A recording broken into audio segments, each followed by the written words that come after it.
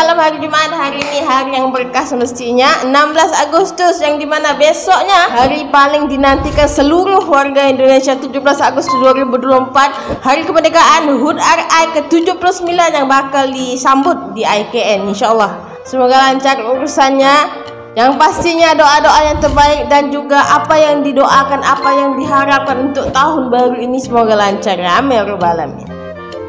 So guys, macam kalian tahu, IKN dia resmi ada kereta tanpa rel yang dimana besok akan dirasmikan sekaligus menjadi kereta tanpa rel pertama di Indonesia. Tapi ada yang membandingkan ini sebenarnya sudah lama di Malaysia, di Putrajaya. Tapi sebenarnya beda guys, tidak sama. Ada juga yang memberikan komen teknologi Indonesia dan Malaysia ini sama saja, jadi tidak ada yang diistimewakan. Lah ada yang mengharapkan penggunaan bis saja di IKN. Nah, ini apa komen kalian guys? Daripada channel bisa. Nah, ini beda kereta tanpa rel IKN dengan Malaysia. Ini video penjelasan apa perbandingannya dan di sini kita tahu jawabannya lah. Let's go to the video. Let's go.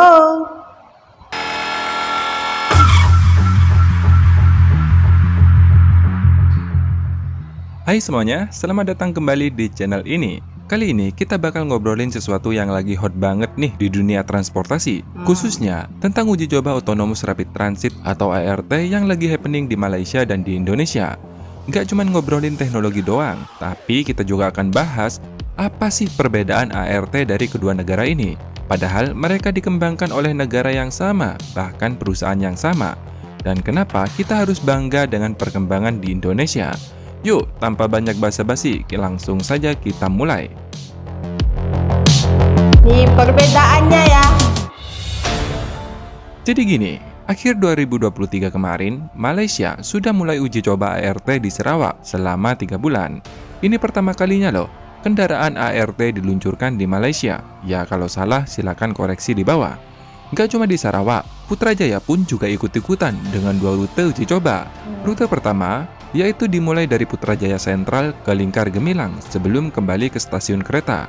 Sedangkan rute kedua juga dimulai dari Putrajaya Sentral menuju ke Pesiaran Perdana, kemudian ke IOI Putrajaya dan kembali ke stasiun kereta. Setelah uji coba di Putrajaya, rencananya juga akan diuji di kota selanjutnya, yakni Johor Bahru.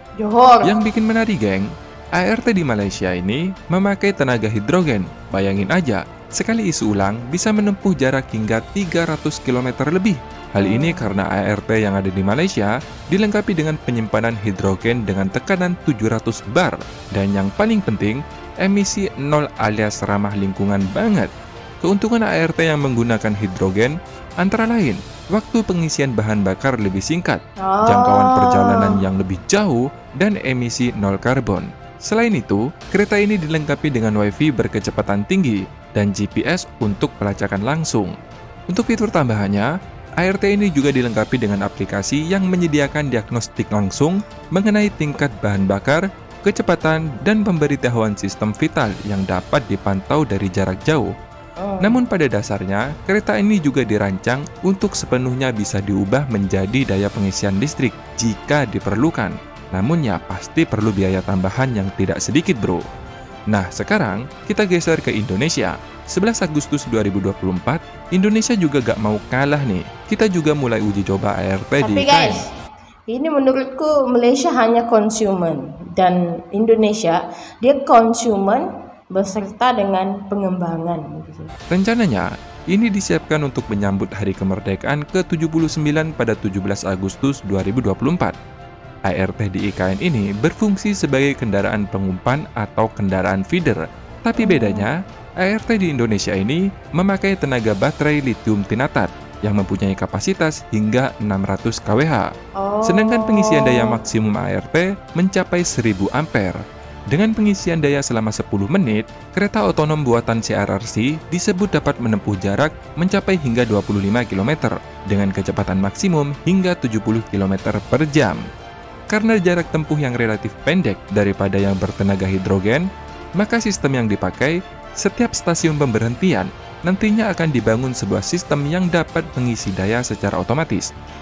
Jadi beda di sini, perjalanan di antara dua art ini, Malaysia lebih jauh lah jangkaunya daripada Indonesia. Saya cuma 25 km.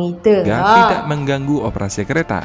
Sekaligus, kereta ini dapat beroperasi selama 24 jam non-stop, tergantung keperluan. Nah, udah tahu kan perbedaan pertama antara ART yang ada di Malaysia dan di Indonesia?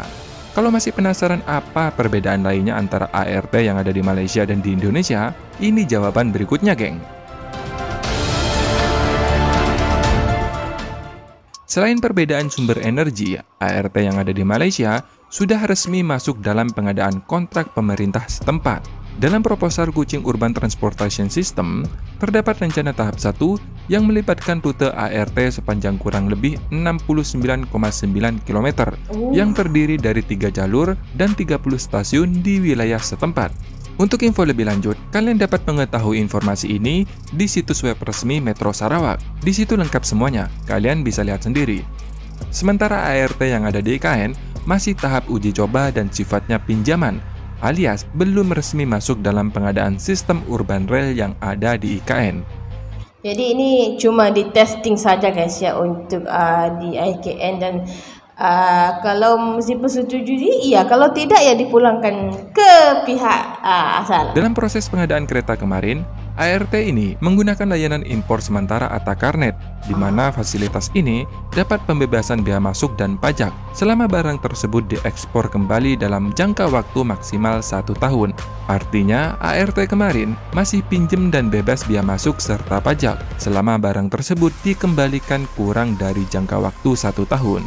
Maka bisa disimpulkan, ART yang ada di IKN masih dalam tahap awal pengembangan, sedangkan ART yang ada di Malaysia sudah punya rencana pengembangan yang lebih besar dan masuk dalam pengadaan urban rail wilayah setempat. Tapi, nah ada tapinya ini, yang bikin kita harus bangga adalah bagaimana Indonesia menangani proses ini.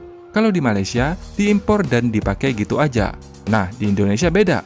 Kita nggak cuma impor terus dipakai gitu doang, tapi juga melibatkan PT Inka dan PT KAI dalam pengembangan teknologi ART ini. Tuh, ada pengembangan guys. MOU antara Otorita IKN dan PT Inka serta PT KAI sudah ditandatangani sejak 4 Juli 2024 kemarin.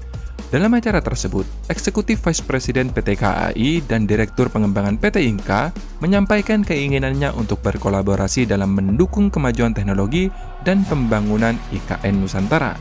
Secara spesifik, menurutku ini masing-masing ada keuntungannya, yang dimana kita tahu nih IKN ini adalah kota besar, dimana untuk jarak mobilitasnya itu juga tidak cukup jauh, dekat-dekat saja, tidak seperti di Putrajaya yang harus menggunakan tenaga hidrogen, dan menurutku memang ada istimewanya sendiri untuk IKN.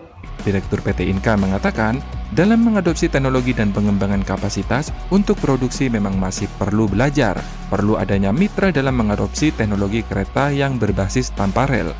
Artinya, dalam proses pengadaan nanti dengan CRRC, ada proses transfer of teknologi dan pengembangan kapasitas sumber daya manusia.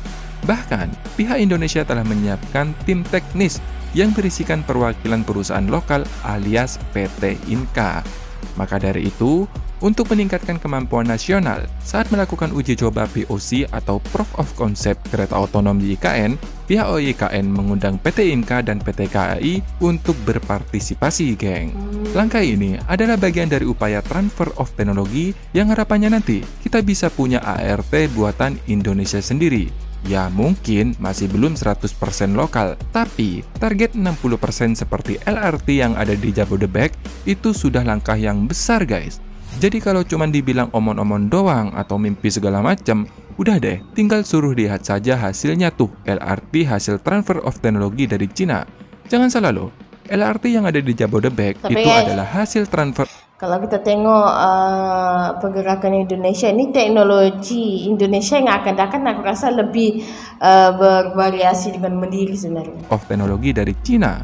Generasi pertama TOT ada di Palembang, kala itu masih GOA 1 alias masih manual. Tapi sekarang, yang ada di Jabodebek sudah GOA 3. Kabarnya, ntar lagi mau di-upgrade nih, menjadi GOA 4. Bayangin aja, 60% komponen ART berasal dari Indonesia. Maka bisa dipastikan, masa depan transportasi kita bakal makin cerah guys. Jadi, kalau membeli dan punya teknologi canggih itu penting. Tapi yang lebih penting adalah bagaimana kita bisa menguasai teknologi tersebut. Indonesia sekarang menuju ke arah sana, dan itu yang harus bikin kita bangga.